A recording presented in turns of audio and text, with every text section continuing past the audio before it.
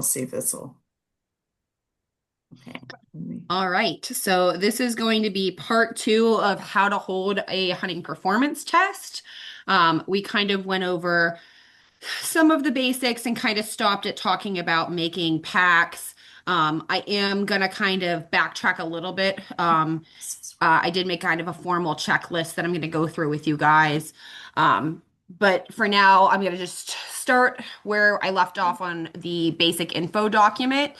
Um, which starts with after you finish your pre-entries. Then you get your rough pack order planned out. Um, then you send out confirmation emails. Formatting for the confirmation emails has been kind of different depending on whoever is holding the test. The main things that need to be included is obviously when and where, like the briefing is in the morning. Um, we find it best if there is some sort of briefing, especially for those who have never been to, a field trial or a hunting performance test or an event like this before. It's nice in the morning to be able to be like, hey, this is what to expect. Typically, we explain to people like down to like the nitty gritty of like, if you see a rabbit, you're welcome at this kind of event to say, tally ho, or there's the rabbit. We want to know if you see a rabbit, but please don't take off running over the rabbit scent line, explaining to people that, if you walk across the line, it makes it a little bit harder for the dog. So separating that's, you know, keeping off of that is a good thing. Because some people won't even understand that concept. So we want to make sure, people are prepared going into the day. We introduce our judges and our marshals typically at the time of our briefing, um, and kind of explain that, the marshal will help kind of guide you, help you, locate your dog when it's time to pick up your dog, that kind of thing. Um, also, it's always a good thing to explain, if the judges are trying to look at your dog, perhaps you don't stand in front of the judge, you stand behind the judge. Because some people get really excited when their dog is doing something and they run up to their dog to watch it, which is so great. And we're so glad they're excited, but just reminding them, you may be excited, but you want the judge to see what your dog's doing more than you need to see what the dog is doing for scoring purposes. So those are kind of the basic things that I tend to go over in a briefing, and thanking whoever the host club is. At that point, the confirmation email will that you include in this will also talk about where to park on your site, where to potty dogs. I know not all sites are, necessarily beagle clubs that they don't care where you potty your dogs. Some of them are private pens. So we don't want to be disrespectful and have people pottying their dogs in someone's front yard and not picking it up, that kind of thing. So that might be something to consider when you're sending out confirmation emails, and also to include in your premium if you make one. Um, and then I like to put a timeline uh, for people for packs. We say typically 30 minutes per pack. For the instincts that roll into novice, they can be 60 to 90 minutes even. So just putting that kind of information, like this isn't a hard and fast roll, but to expect around this amount of time. Um, Part of our judges' education, which we have tremendously upgraded in the past couple weeks, um, is that, the time limits are not time limits in the rules. If you find that a dog passes 5 minutes in, or a whole pack passes 5 minutes in, you can just roll them right through. You do not have to wait 30 minutes. If you find that they all are failing after 15 minutes and you don't think that there is a reasonable chance that they're going to pass, you can just say, all right, we're wrapping this pack up. You don't have to wait that timeline. So, saying I think the 30 to 60 minutes, for instinct, with roll throughs, and 30 minutes after that per pack, I think is going to be a little bit more accurate now that we've updated our judges' education a little bit. So I think that's a good thing to put in your confirmation emails. Um, this is also really important. We want to make sure when you're holding a test that each dog is numbered. I do not care if you follow dogs get odd, bitches get even. I do not care if you start at 3042 with your note. I do not care. Just make sure every single dog is numbered.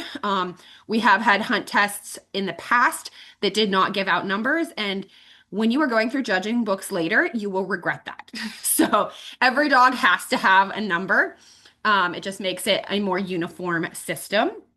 So I recommend sending out the number because we are going to be expecting from here on out every single pack, every single hunt test is going to take a roll call like a field trial.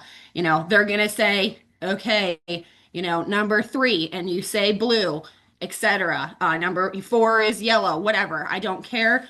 The owners are going to be expected to know their numbers and call out their collar colors to confirm in the judging books because we are not going to have any more confusion with, no one being assigned appropriate numbers. We've also had people trying to run with pet color collars. So there's been confusion on whether like a color is magenta or purple or pink. And we don't want to have that kind of confusion in the booklets. So it's going to be field trial only colors. Say that 5 times fast. So field trial only colors, we're going to have numbers and we are going to take roll call at every single pack. So I recommend sending their numbers out with their confirmation. Um, I think we talked about it briefly last time, but I'm going to mention it again. There's going to be a lot of overlap in the things I said, but if I say it more than once, maybe it'll help you guys remember it. If you have committee members that are running dogs, I typically designate a letter in front of them. Don't care if it's C4 for committee dogged 4, or if you do like someone's name, like P for Palmer 2, P2, or whatever. I don't care. I typically do a D in front of a number for day of entries to designate that they're a day of versus pre-entries.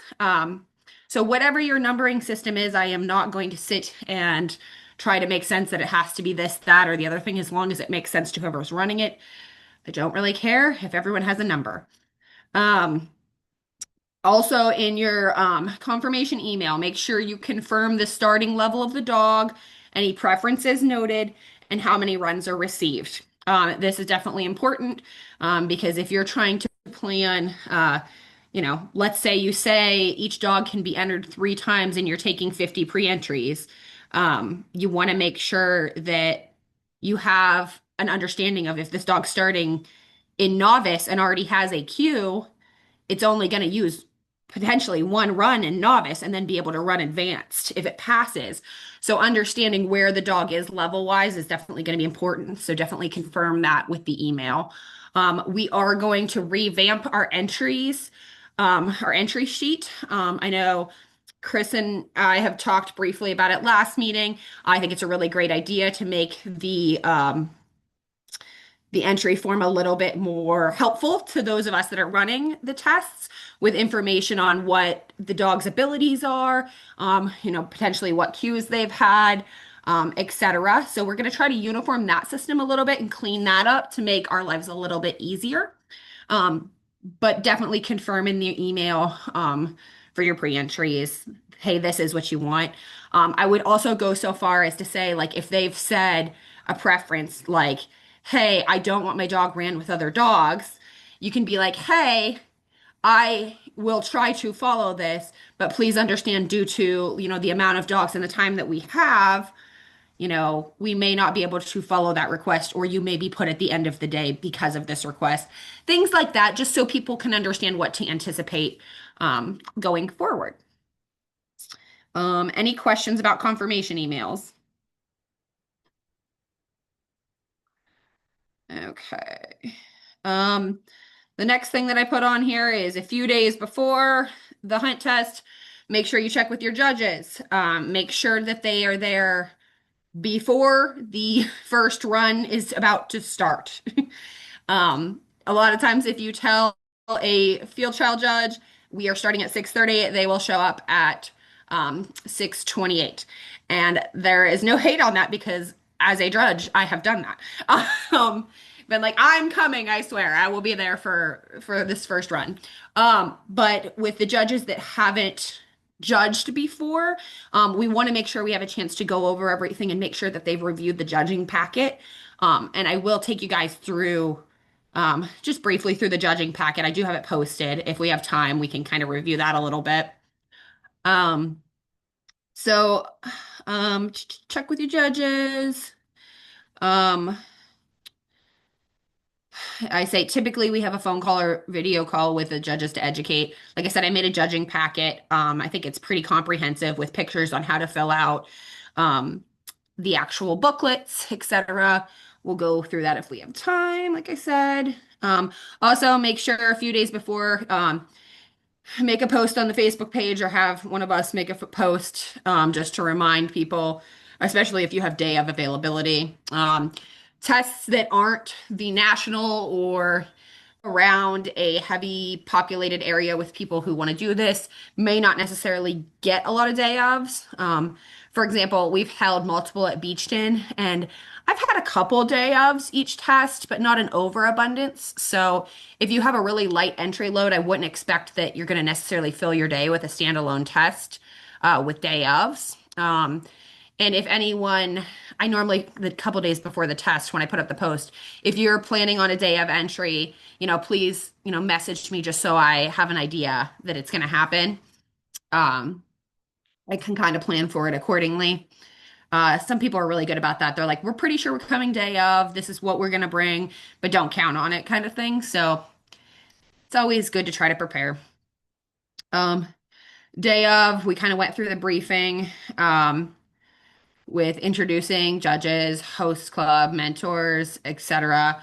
Um, we want to the things that we want to make sure happens every single time is that the judging book has the pack number, the dog number, the collar color, and which judge is judging in the book. Um, I think the judging briefing packet that we go over goes into extreme detail. Again, I will show you guys at least part of that so you can kind of see. I've kind of made it dummy proof with pictures and mock filled out things so judges can kind of see that. I'm also planning on our YouTube page right now. We're trying to get videos of each level of the dogs. Like this is what we would expect in instinct. This is what we'd expect in novice. This is what we expect in advanced. I'm probably once once it gets a little bit warmer and I can haul newborn out in the weather to run dogs. We'll probably go out with Curtis, me, and Cliff and run some dogs and kind of video filling out the actual booklet so people can kind of see judging wise, like this is what they're actually filling out. This is what they're judging on exactly. And it'll be helpful, hopefully, for judges as well. I think I did one of them and it was for an instinct run, perhaps. I don't know. I posted quite a bit on there. Definitely worth checking out, even if you aren't going to judge. It gives you a good understanding of what to expect. Um, so like I said, at the start of every pack, the marshal is going to check in to make sure the collar, color, and number match up, like we just talked about. I'd recommend every couple packs, even if you do like 4 instinct packs in a row, if you get 2 in or so, send out new booklets and switch them out with your marshal. That way you can be entering score. Um, we kind of talk about this a little bit when we get into the checklist, but it's a kind of a good idea when you're making a committee. If you can have someone sitting at the desk just entering scores and keeping track of like, okay, this dog cued in this, so it is this level now, etc. Um, it's a good thing. So make sure you're sending out new books and kind of rotating around is a great idea during the test. And that kind of goes to you need to know who passes and fails to finish the schedule for the day most of the time. Um, I always say take 30 to 60-minute breaks for lunch, depending on your judges. I have had judges tell me that they have absolutely no interest in taking a break, just keep it rolling. I have judges ask me at 10:45 if they can take early lunch because they're whooped. So, kind of being flexible and listening to your judges because it is a very long day. We try to pay our judges well if they will take it. They don't always take it, which is super helpful. Um, if if you can, really listen to your judges and really try to cater to them because they are putting in a lot of work for us. And we don't at any point want anyone to have a sour taste in their mouth with judging for us. Um, if I kind of have in here, if your schedule is nuts and you have people there, you may be able to send out 2 fresh judges and give your other judges a break.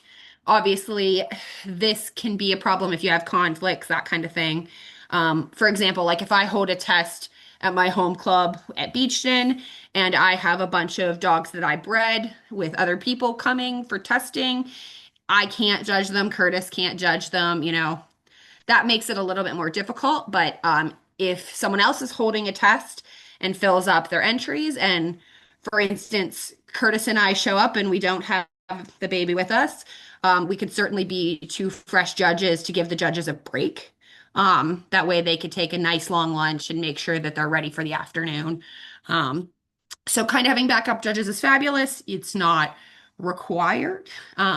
Chances are you'll at least have one judge there between the mentorship program um, and the actual committee. Normally, one of us is there and we're able to step in if needed to give your judges a break. Um, and I kind of put in here, try to respect how exhausted your judges may get by the afternoon. Get your runs in that are prepaid. And before you add on additional things, check in with them because we're not going to burn them out if we can help it. Um, The other thing I have in here is pay attention to your experienced dogs. You don't want to fry them. I will tell you the first ever hunting performance test in Aldi. Um, Poor Hillbilly and, one of Hal's dogs ran almost every single pack trying to get rabbits up for the instinct runs, and they were KO'd. They did not have much gas in the tank to even run on their own. I think they both obviously got through like instinct and novice very easy when they got a chance, but by the time that was happening, they were like gassed. So making sure that you're rotating your experienced dogs around, especially if there's hot conditions, is really important to pay attention to. And certainly, if your judges are bringing experienced dogs, they'll kind of know and be able to tell you, oh, my dog can handle another run, my dog needs a break, whatever. Um, the experienced dogs are there to help the judges and help get rabbits out for the instinct groups. So whatever the judges want to do, um, within the safety of the dog is great. Um, Special considerations, things to think about when you are doing day of tests. And I think we talked about this briefly when we were doing the pack order last meeting. But dogs who do not have HBAs or field points can rerun novice as much as they would like, even if they've queued out. So, what that looks like, let's say we have a young dog that is rough started on a rabbit. And by rough started, I mean you know, we can do it. Like we can at least do three-quarters of a circle. Potentially, we can even hunt over it. Let's be honest. But they haven't ran in advanced yet, even though they have passed novice, and they have not went to a field trial and got points yet. But we're not quite ready to finish their title.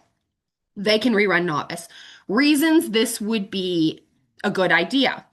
Well, for one, if you have a bunch of novice dogs entered that don't necessarily have a lot of experience, you could rerun one of the novice dogs that you know can do it to help give them a, good like experienced dog without having an experienced dog and novice to see, if we could get these dogs running.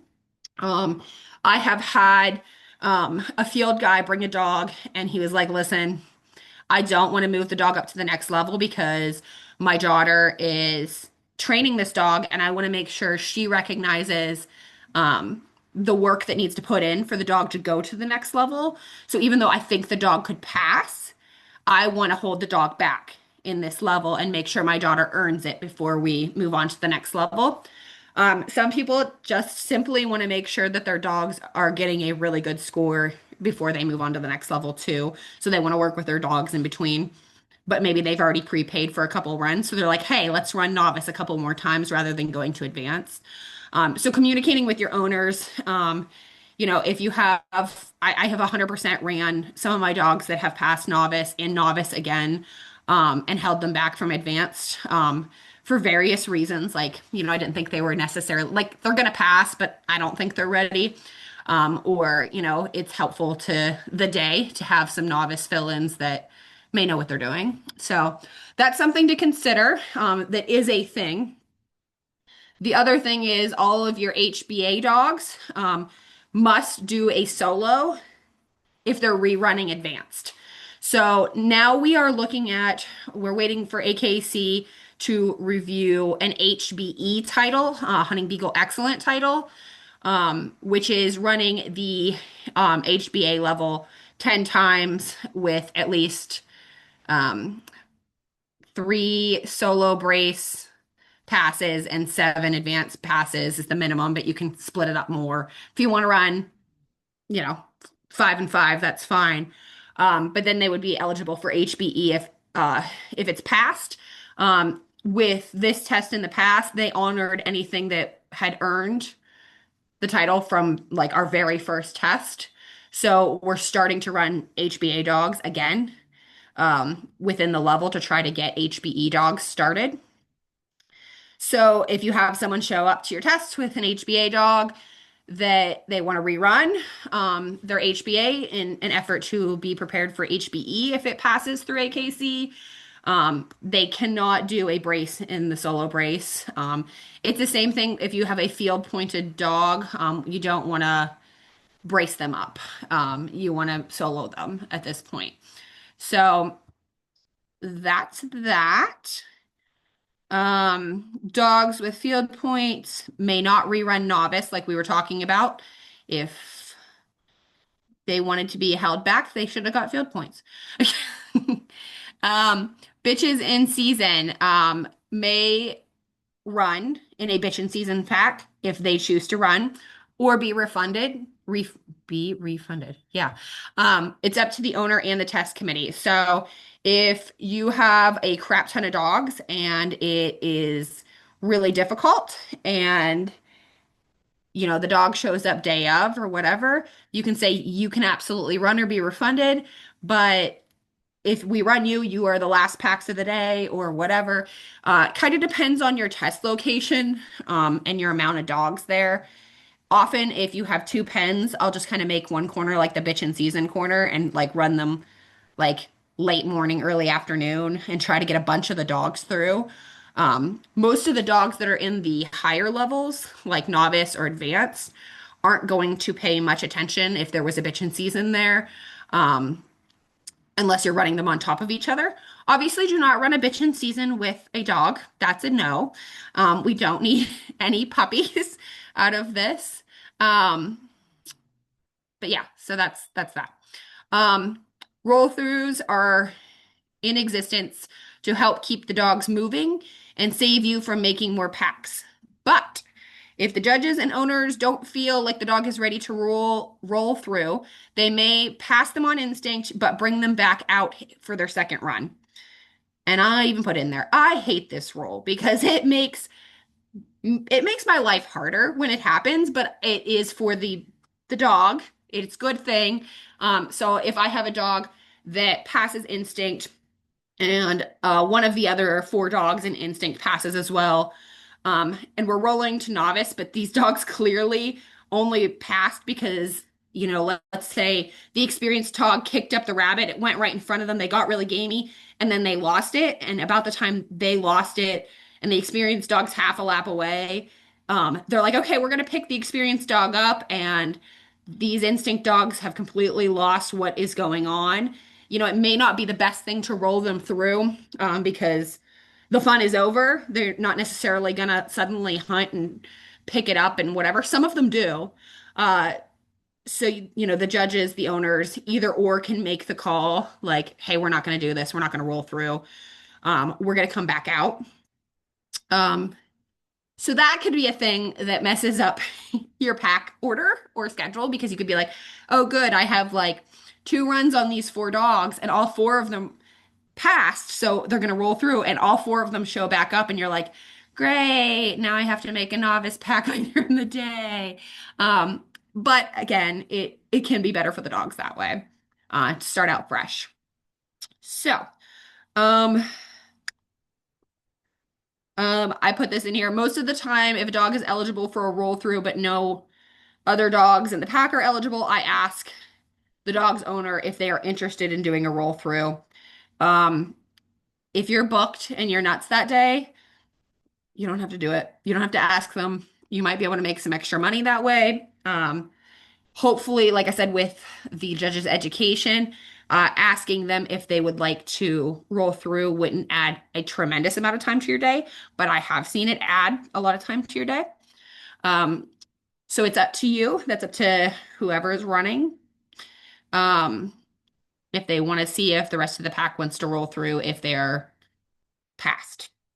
Also make sure, obviously, within your judging books, which we will go through a little bit, that it is noted who is eligible for roll through and who isn't. That way, it is a smooth transition in the field. Um, Also, make sure in your instinct, if they roll through, that the experienced dog gets picked up and they announce that they are moving on to novice before they start judging. I have had the experienced dog is over in that corner barking. So, like, technically no harm, no foul. The other dogs are over here and they start judging. You know, get the experienced dog out of there. It's a distraction if they're barking. Um, and we don't want to give them extra help if they've moved on to novice at that point. Um, and then I've had owners not realize that their dogs have passed and they're being judged on novice. So we want to make sure that the judges or the marshal announce officially, okay, these are the following dogs that have passed. These are the following dogs that have failed. We are picking up the experienced dog and then we are beginning our judging on novice. That way it is clear to everyone involved what's happened. Um, I did put a little bit in here about aggressive dogs and aggressive people. Because, as much as this is such a welcoming event, there's always aggressive dogs and aggressive people. So, this is kind of our 2 cents in our policy at this point. If a dog bites another dog, and I mean actually bites, I don't mean growls, I don't mean hovers over them, I don't mean barks at them, actually bites. We have a 2 strike policy. Dogs that are annoying or intimidating without biting may run again. But it is judge's discretion if they pick them up. A judge at any point with any level of irritation may say, hey, I'm picking this dog up for disruption. That's totally okay. Speaking of disruptions, um, so that being said, we've had like male dogs with female dogs that were not in season that were really annoying because they're like, we love girls, we love girls. Most of the time, I recommend, whether it be the marshal, whether that be the judge, whoever is out there, saying, hey, I don't care if you have to put your dog on a leash. I don't care if you have to physically pick them up. Let's move that dog to this brush pile over here away from this bitch or away from this other dog and see if we can get them involved in something else. If that doesn't work, then, maybe it's something, you as the marshal or even you as the handler, you can ask the judge, like, hey, I feel like my dog is being disrupted. What can we do about this? This is a really open test. We don't want to cause drama, that kind of thing. But again, unless a dog has actually went after or tried to bite, did bite, we are not going to make it an actual strike on this dog. We have a 2 strike policy on that because normally I'm very lenient at first. We've had plenty of annoying dogs in the test that are just trying to play and nib and that kind of thing. That is not a strike against them. So that's the policy at this point. I currently do not have any dogs on the cannot run list. So hopefully that stays. Don't you dare bark. Um, with aggressive people, however, any unsportsmanlike conduct that occurs. If your test committee agrees that it's a problem, the person responsible may be asked to leave the test site location. I don't care if it's happened once. I don't care if it's happened 5 times. We say it's a 2 strike policy and then you're not welcome back, just like with the dogs. But I have absolutely no problem with someone in a test committee if the committee meets and goes, nope, we majority vote, have decided that we don't want this person here, they are causing a lot of problems, then psst, psst, then you can go ahead and kick them out. Um, we have 1 warning on record at this point, so hopefully that doesn't stay for very long. I hope we don't get any more. Let's put it that way. Any questions about kind of our general basic overview here? We are gonna deep dive a little bit. into some of the things we talked about in more detail. But that's kind of just my document for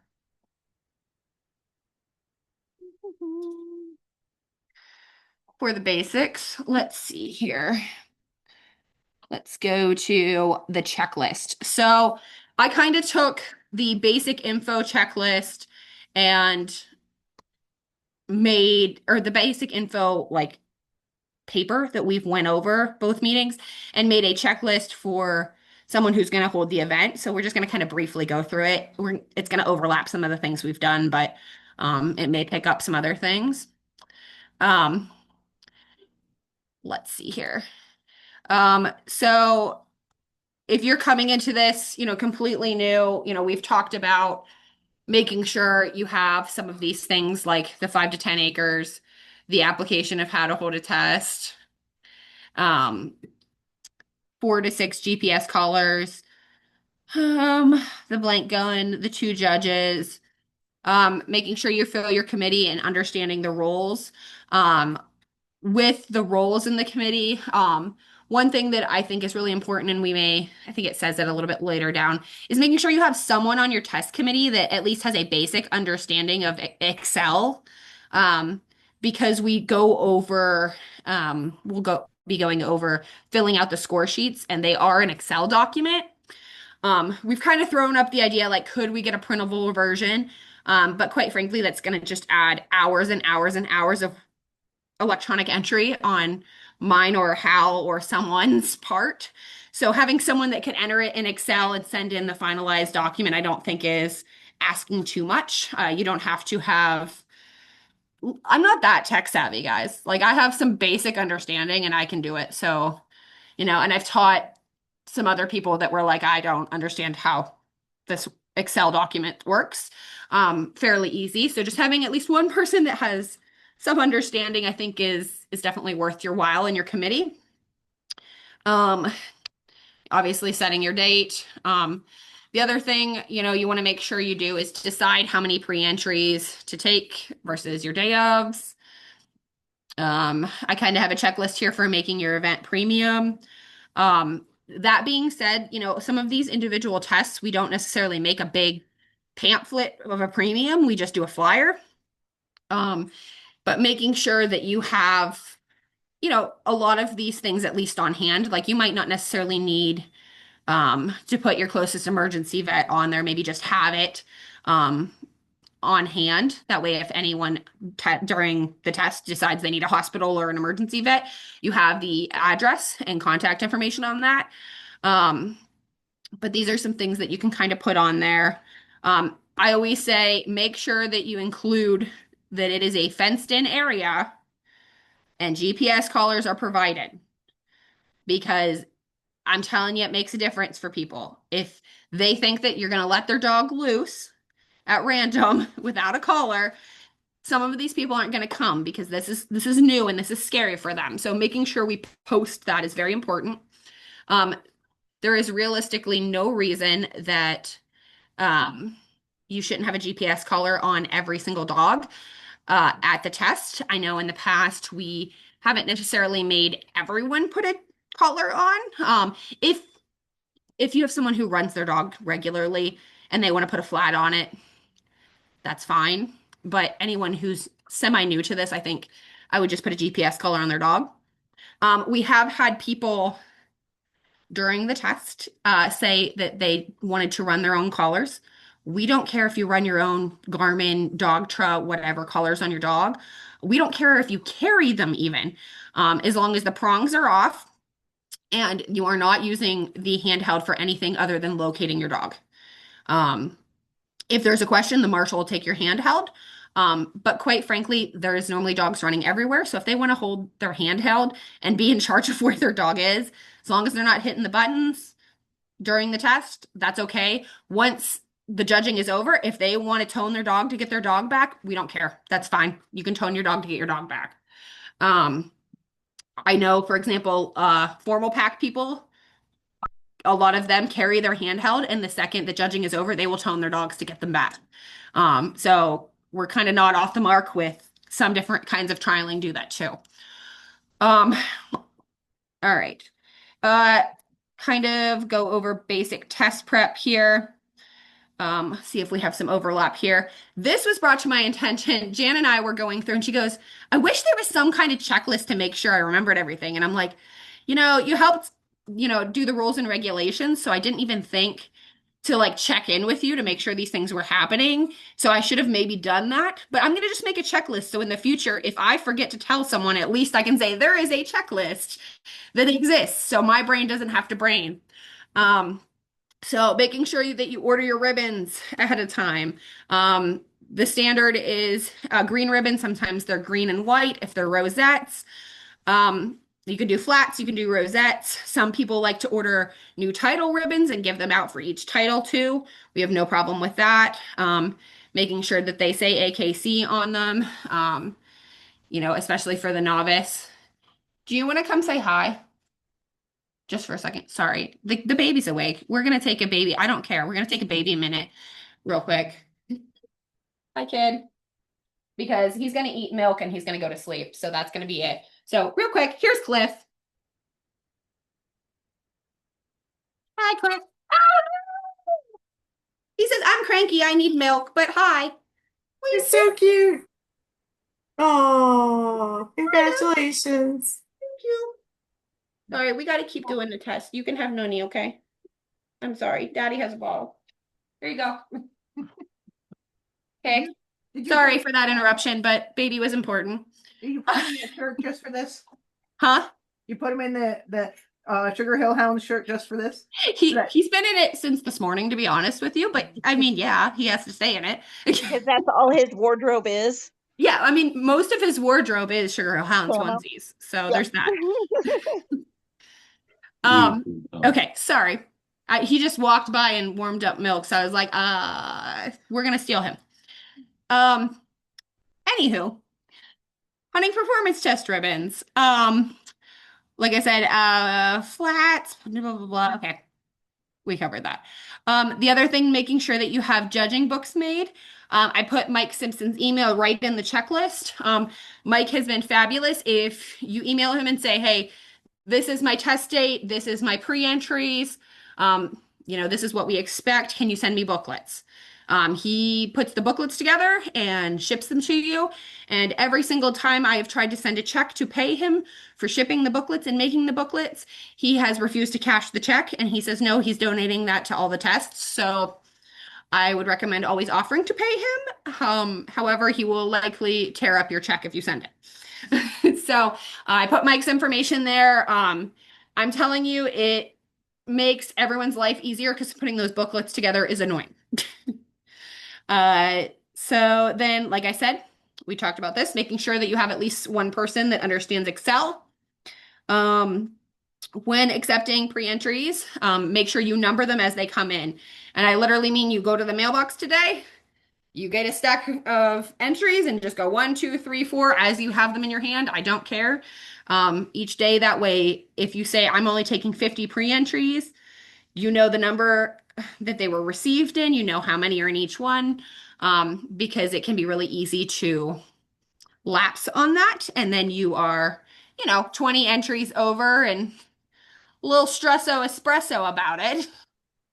Um, Uh, I also recommend, which we are going to skip over to the score sheet here probably next, entering your owner and dog information as you get your pre-entries on your scoring spreadsheets makes the day of and your after test go way faster.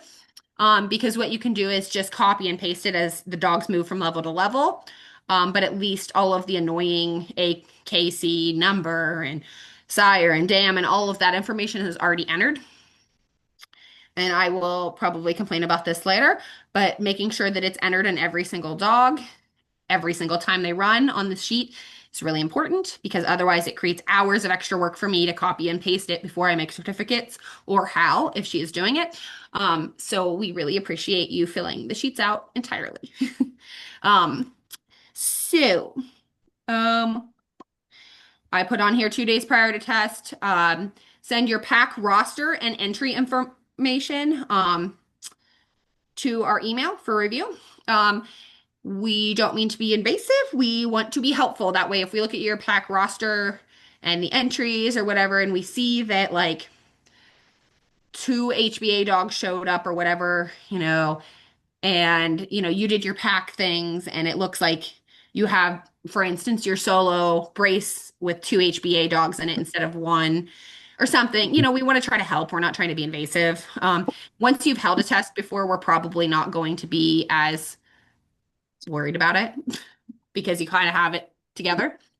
Um, and then we talked about sending out entry confirmations. Just make sure you CC the Beagle HPT email with kind of a generalized entry confirmation. That way we know what was told for everyone for briefing and etc.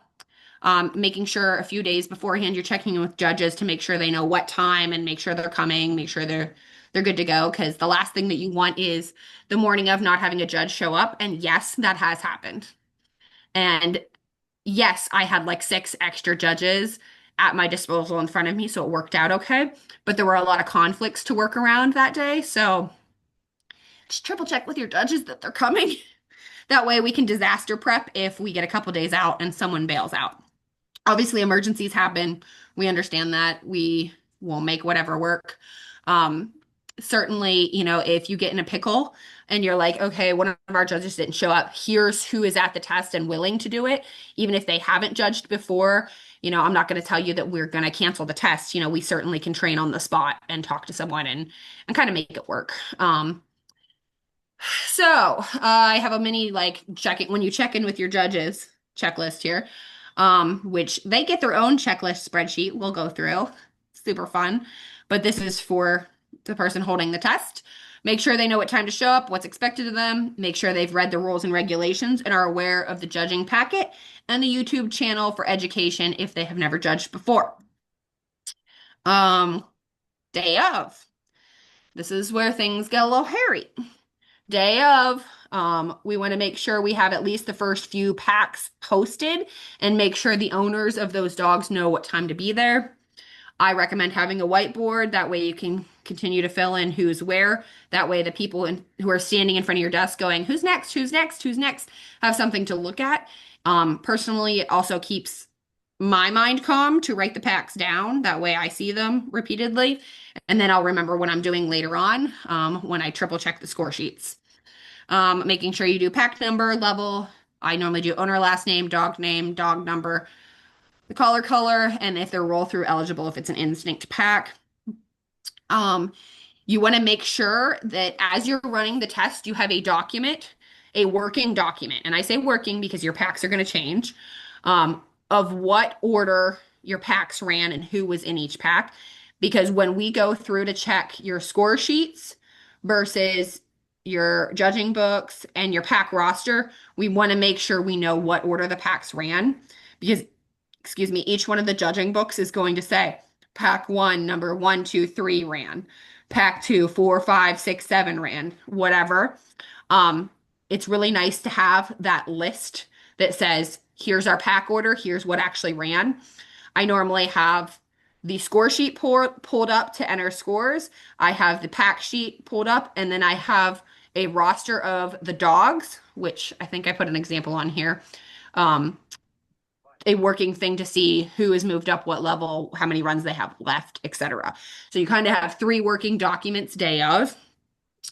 That being said, you can have multiple of your test committee in charge of different things. Be like, you are just entering scores. That's what you're in charge of. You're in charge of making sure the packs, you know, who has moved up what level, and you make the packs as they come in. And then I'm going to just be in charge of getting the collars together or whatever. Making sure you guys understand your roles as a committee is definitely going to be important. I know if you've never held one or ran one or been a part of one, it's a little bit crazy, which is why we will always try to send my mentorship if one of us can't go. Anywho, have a briefing a half hour or so. We've talked, I think, in detail about briefing today. Making sure your judges understand how to fill out your booklet. I'm going to go in detail on that in the next thing. So I'm not going to take you through each one of these things, but making sure your judges basically have an understanding of their judging packet. This is a checklist to make sure you're like, did you see this? Did you see this? Did you see that? If they went through their judging briefing packet, they should know these things. Um, if your judge is new, make sure your mentor is ready. Perhaps even if you have a new judge, having them follow the mentor with the other judge. If you have a mentor and another judge for the first pack or two before they start judging. If not, make sure your marshals are ready to help your judges as needed. Um, Make sure they have instructions that the marshals are supposed to catch dogs, help the judges, etc. Um, we are going to start doing a mentorship program with our marshals too. I'm hoping to have signups at the next couple tests if anyone wants to learn how to marshal one of these events. Um, you know, Curtis is going to start training other marshals, which I think will be fabulous. Not that we haven't had other marshals, but we beat Curtis pretty hard over the past couple years as a marshal. Um, and you certainly don't have to have a marshal. Curtis will argue that to the death because he's like, it just makes it so much easier. But if you have two judges that know what they're doing, they can do it without a marshal. If you don't have a marshal for a pack or two because there's so many conflicts or this or that, it's okay. A lot of times at field trials, we'll be switching out who the marshal is so someone can run their dog, that kind of thing. You can definitely do that too. Um, we talked about every few packs, the judges turn in their booklets. I kind of talk about filling out the booklets, which we've talked about. Um, okay, this is kind of the example. Hey, knock it off. This is the example I was talking about. So let's say that you're running the event and you have the next few packs figured out. Like you have 2 or 3 packs set, right? You're like, okay, I have a minute, right? You don't have a minute. You never have a minute. Um, what you're gonna want to do with that extra time is enter scores unless you have someone designated to do it. Check in with your pack running order, make sure that looks good. Check in with who's on what level. I kind of show an example here. So, like, if I have a list of dogs, like, okay, Peak, Loco, and Chase are entered, let's say. The beginning of the day, underneath them or beside them, I will write they are in HBA. They have 2 runs prepaid. And like for this one, since it's an HBI, I put can run either solo or pack. The owner didn't care. As the day went, I crossed it out and put, okay, we are still in HBA and we have 1 run left that I need to schedule at some point. Same thing down here. You see Logo was eligible for HBN. He had 2 runs paid and needed 1 Q in novice. I crossed it out when he went out to do that run. He had passed, so he is now in the HBA level, and he has 1 run left. So making sure that, technically when Loco had, he definitely heard me say his name and he's barking back there. When Loco had the initial entry here of HBN, he technically was an HBI title-wise, but he was running the HBN level. So making sure you write the level that they're in, not the title that they already have, will make your life easier because you're like, okay, I know to schedule you in novice here. So, let's say he queued once. So, okay, he already had his 1 Q, he got his 2nd Q. We're crossing that out. So he is now in the HBA level and he has 1 run left if they want to use it and you want to schedule it the rest of the day. So that's kind of my example of like my working list of dogs for the day and how I scratch them out and say, okay, you have 1 more left. Scratch them out. You're in this level. You have this left. Whoever is entering the scores is your best bet, I think, to do this as well. But sometimes it can be overwhelming. So it could just be like, hey, did this dog queue? Yes or no? No. Okay, great. It's still in this level. So checking in and making sure you kind of have a fluid system, however you want to do it. But this doesn't have to be a one-man show. We can certainly break up things. And we're going to try to do better with our education with people who are coming to events. If you even for 20 minutes want to learn something at one of these events, if we have the time, I have no problem throwing you in and being like, here, let's have you try this, or let's have you watch this. That way we can get more people involved. Um, any questions on that so far? Nope.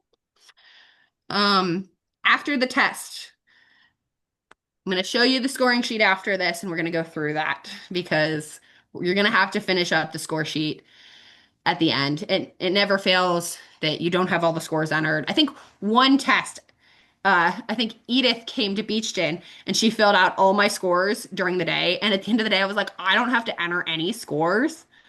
This is amazing. So you want to make sure you have that score sheet filled out. We send you a blank Excel document. I'm going to show you that here in a second. That you can just keep the same formatting. That way it's easy for us to make certificates. Making sure every run has the owner information filled out. I talked about this. If the dog runs instinct and you have all of the owner information to the right, and then they run novice and you don't put the owner information to the right, you're going to give me a headache. Don't do that, please.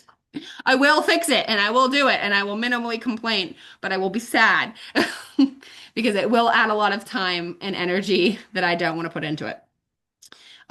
The new standard of care is going to be all judging booklets and pre-entries and day of entries at the end of your test. Once you're done making sure you have all the information, need to either be scanned or mailed to me because I'm going to check them to make sure that it's all filled out right. And it's not because I don't trust you guys. It's because, quite frankly, I have had people coming to me when I'm making certificates going, whoa, whoa, whoa, whoa, this doesn't make sense. And so I want the booklet in front of me on what happened if I wasn't there. Even if I was there, I want the booklet in front of me. That way I can send pictures and be like, okay, this is what happened. Most of the time, it's a really easy clarification or clerical error. I've had, scores inputted wrong, that kind of thing. So having two sets of eyes not only covers your butt when you're running the test, but it covers my butt when I'm making certificates. So we're going to have you mail those to me or scan them to me, whatever is easiest. I do not care. We also love a report on the financials after you finish the documentation, if you're able to. I can kind of show you one of those if we have time. Basically, I just put here is what we spent. Here is what we made. Here is what we paid people. This was the total. This is who got what. Pretty simple. So that's our packet on how to hold a test checklist. Does anyone have any questions about that?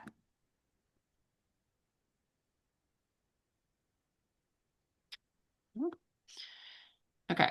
This is the blank document you get if you go to hold a test for your scoring. Everyone see this okay? So at the bottom here of your Excel document, you have, this would be all your instinct dogs. This next slide is your novice, your solo brace, your advanced pack. Okay. So if I was filling this out, let's say, okay, today is the 3rd. So day 3, it's instinct. Let's say I'm reading the judging book and this dog got straight 2s. Okay. 2, 4, 6, 8. Okay. That's a fail. Dog ran off is what the judging book said, let's just say. So the judges didn't get a lot of score on them. Okay. Then when you guys go over maybe here, I look, okay, the dog was number 1. The owner was me, right?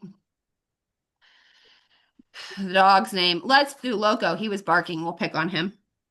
And then we go through, his full name, the Grand Champion, Sugar Hills, blah, blah, blah, whatever. His registration number, well, first we're going to put AKC or PAL. So he's AKC registered. His number is HP, blah, blah, blah, blah.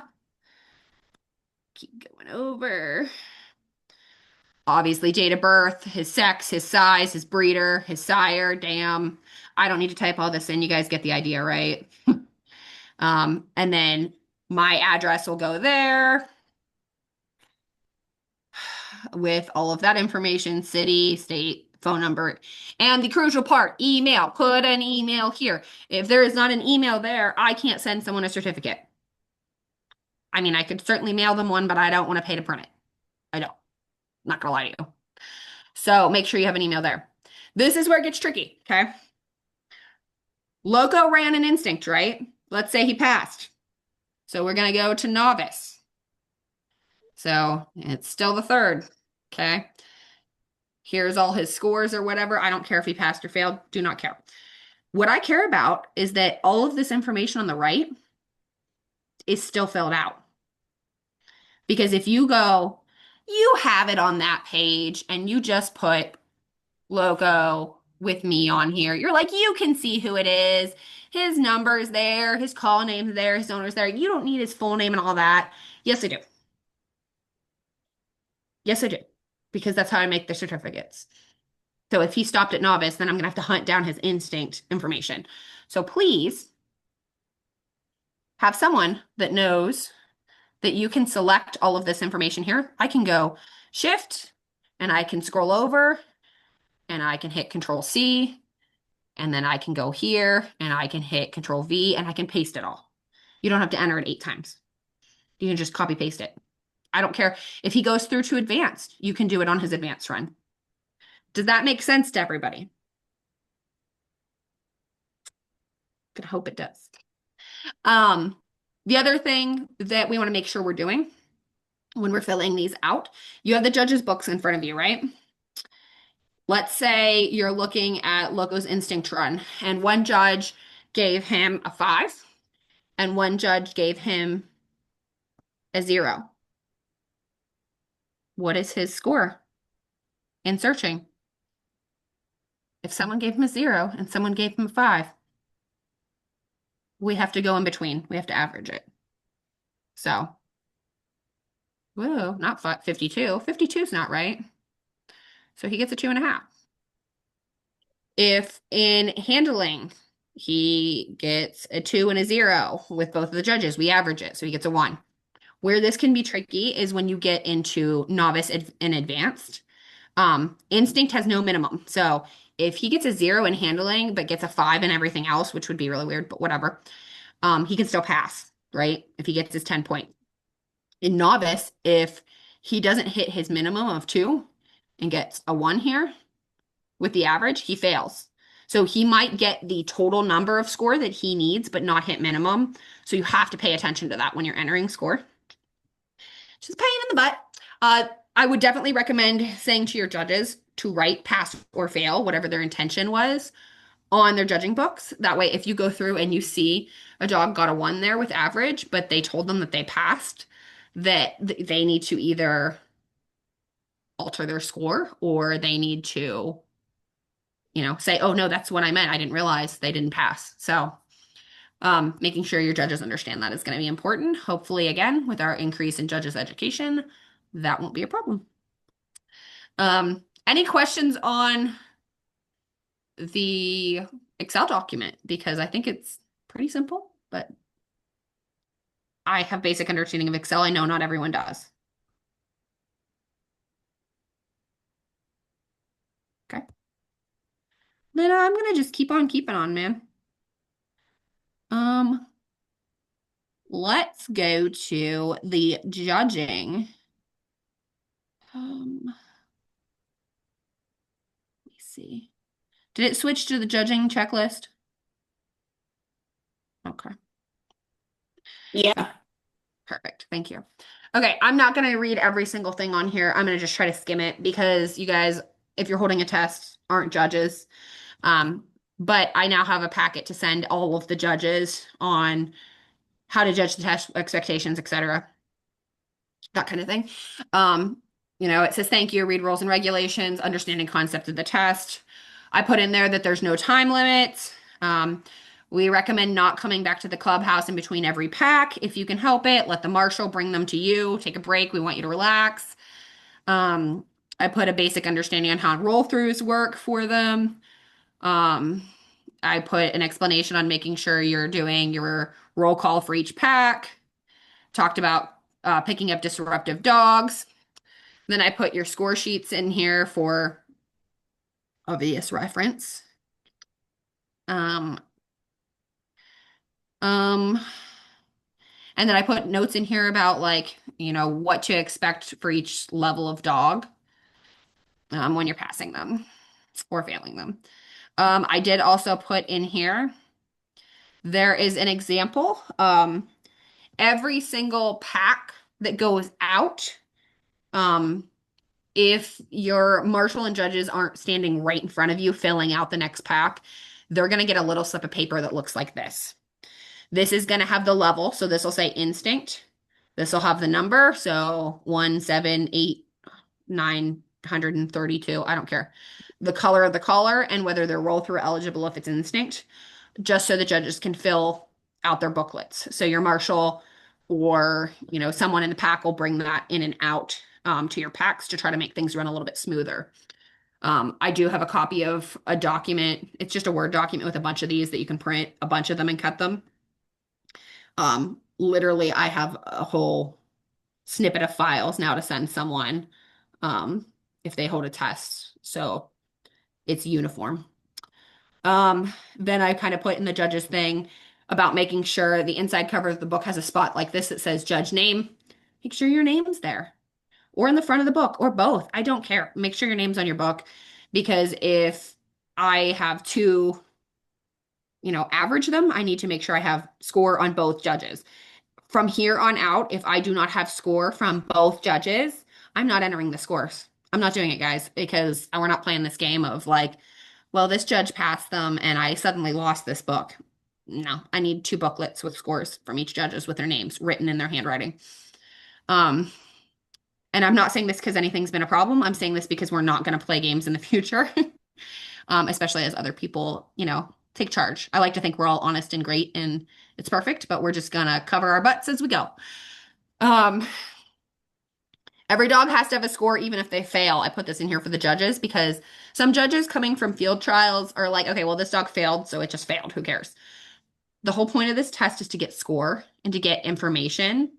That way, owners know what to train towards or, where their dog actually stands. So, maybe the dog can handle, which is great and a really good step for an instinct dog, but everything else is nonsense. So, they can handle great. So let's teach them how to get in the brush. That way we can get a searching score, that kind of thing. And then I put examples of the judges' scorecards so they can kind of see what they're going to be judging in, which I think is super helpful. I even put an example here of a filled out, like you're sitting here and they're calling off orange 6, blue 3. This is what it should look like filled out. You should have your pack number, your collar color, and your roster number on each one. And then I even put a mocked filled out novice card here. So you can see I put notes here like this dog got a 3 in pack work because it followed the other dogs very well, right?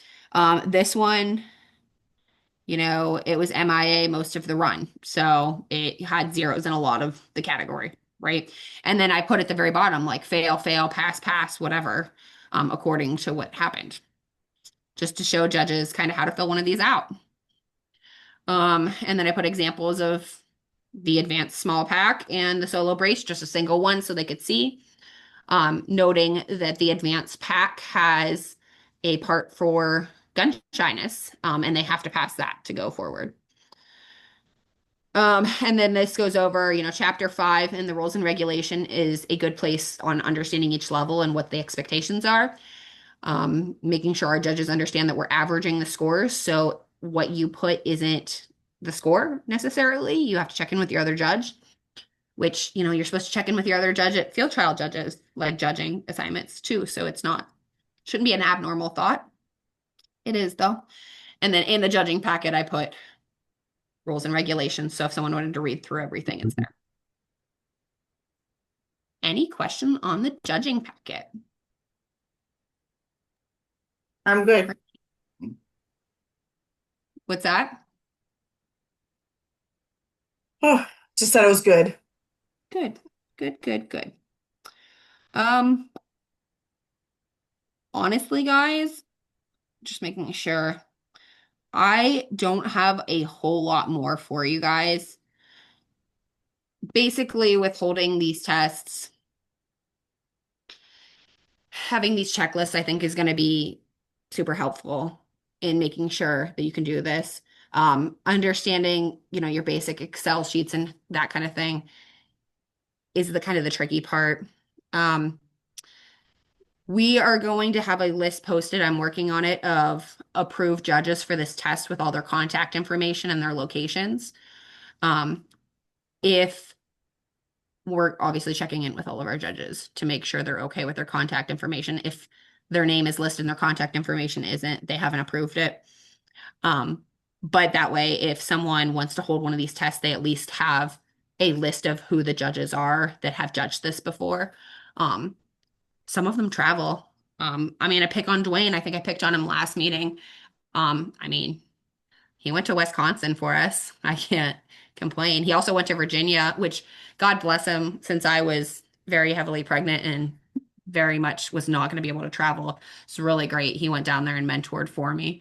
It's fabulous. But some of these judges will travel. A lot of our judges down south are really, really excited about this. And I think they're upset that they haven't got to judge again. So if, I put their contact information on there, you might get some of them to travel. I normally say if you contact some of these judges with traveling, I recommend offering to pay for hotel and gas at the very least. If you're going to ask them to travel, you at least offer that kind of thing. I know Bill Moyer has traveled for a few of these events too. But I'm going to have a whole list posted on our website of who the approved judges so far are. That being said, you don't just have to pick off the approved judge list. Feel free to add new judges. From this point forward, if you're holding a test and you don't have, like me or Curtis or one of our mentors there to mentor, Right. we are not going to Yeah, let I know. um, Why I wanted to new be judges awake judge. before. So if you have two new judges, you need a good mentor on site to help judge. So that is my 2 cents on that. I'm also going to put up a mentor list. I have one started, I believe, on our website now.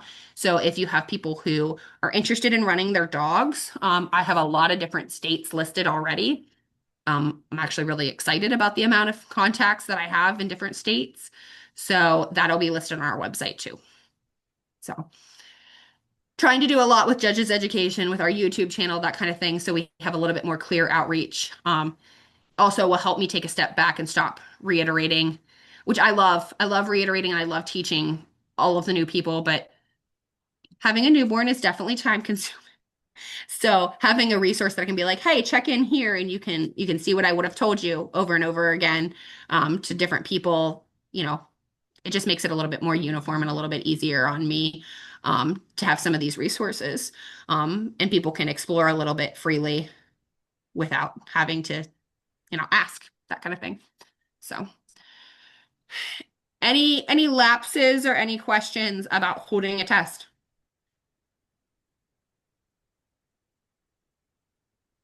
About the event, about anything? How do you find a site? BeagleHPT.com. Hmm. Or in every state? Oh, you said the website, or you mean a site like location? Yeah. Oh, yeah. To So have the test. Oh, okay. Yeah, no. So a site location, like certainly if you go to like approved judges, and the mentors, looking if there are anyone in your state listed within the judges and the mentors, that's a great place to start because I know like our mentorship list has people who have starting pens. So you might be able to actually hold a test at one of their starting pens. If you search on like InfoDog for field trials in your state, you can see what Beagle clubs are holding field trials in your state. A lot of like the Facebook pages, like Beaglers. I know in Pennsylvania we have PA hunters and trialers or whatever Facebook group, that kind of thing. You can kind of go on there and see who holds trials because if they hold a trial, they have some kind of rabbit population. Um, those are kind of your best places to start. But, you know, literally, I've put posts on Facebook for the national, like, who has a starting pen or a beagle club with good rabbit population in this area? And got a lot of hits that way. But we certainly are happy to help you find a location. If you're like, hey, I'd like to have one around this area, we certainly can help. But like I said, the big keys are making sure that you have 5 to 10 acres minimum and a good rabbit population with fenced in area. So it's not always easy, but it's No. doable. So anything else?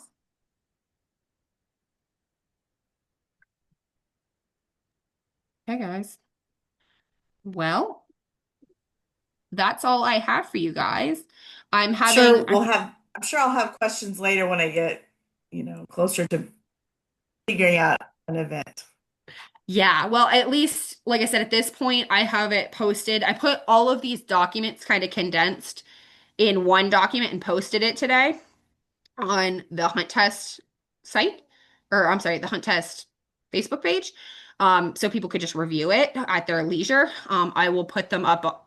I think I put everything up on the website too under resources. So at this point, anyone could just get on and peruse and really sit down. Because I know I would be the type that I want to look at it and process it rather than just have someone talk at me like I am. So, but I know other people are visual learners. So having this on video for the YouTube channel, I think is great too. But yeah, if anyone has any questions, feel free, email me, text me, call me, whatever. I'm around.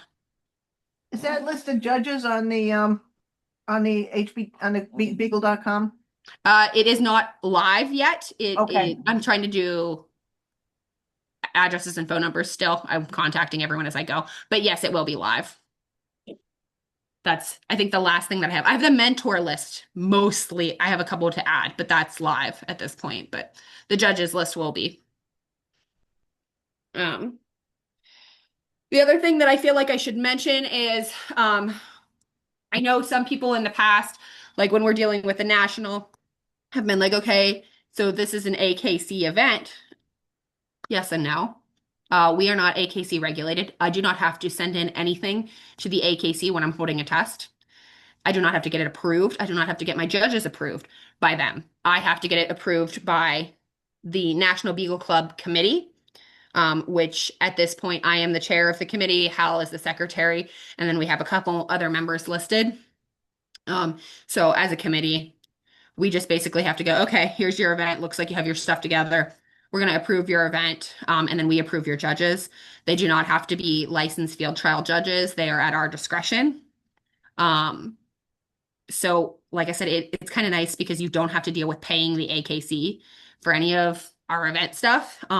We don't handle any of the money. So if you hold your own test, you're responsible for your own finances. So if you make it or break it, that's your problem.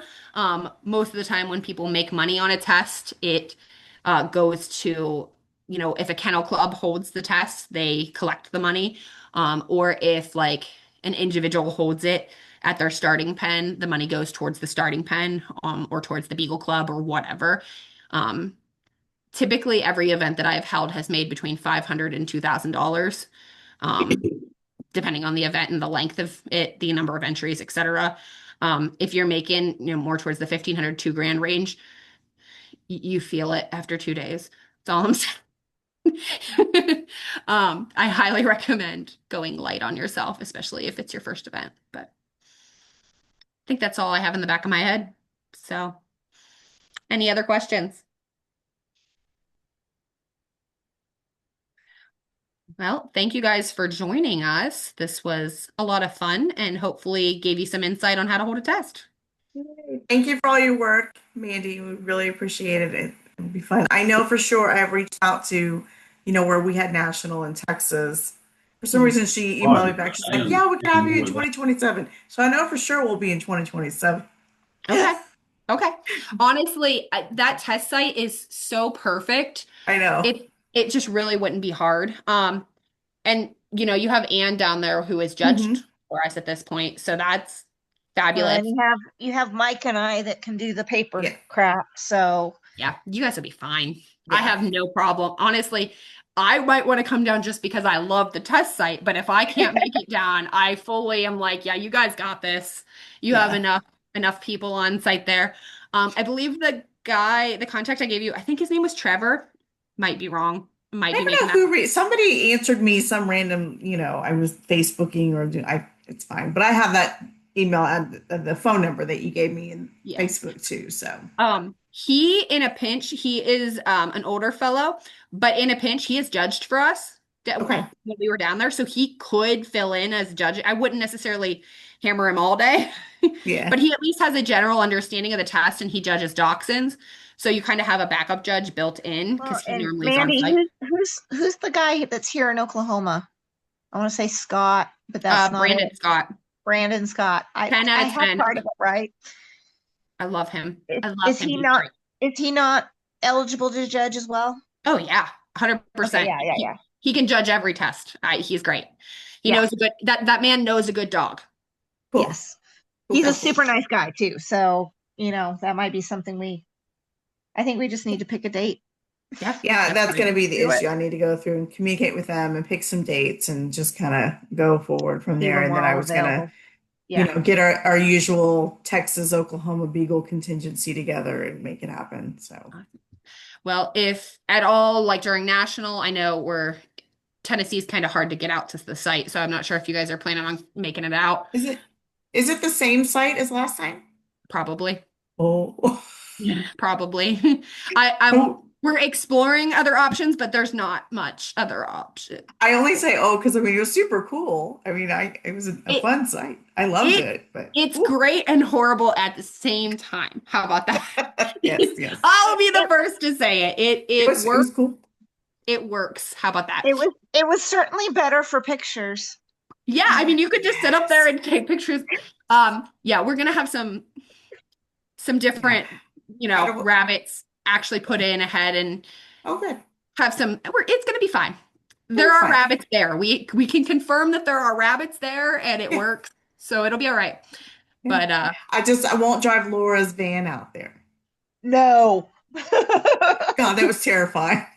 I wouldn't do that. Well, yeah. So I think it's going to be the same site. In the next couple of weeks, I'm hoping to confirm that and pick dates and try to get that stuff organized. But it's looking like it's going to be good old Wilbur's starting pen. But if you want to do anything with, or step in and look at anything with how we're holding the test during, Mhm.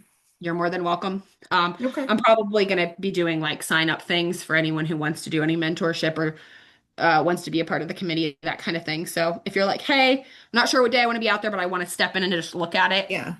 whatever you need. Okay. Cool, cool, cool. All righty. Well, I have this recorded, and when I'll press stop here in a minute, and hopefully I'll know what to do with the file after that. That's always the fun part. So let me press stop.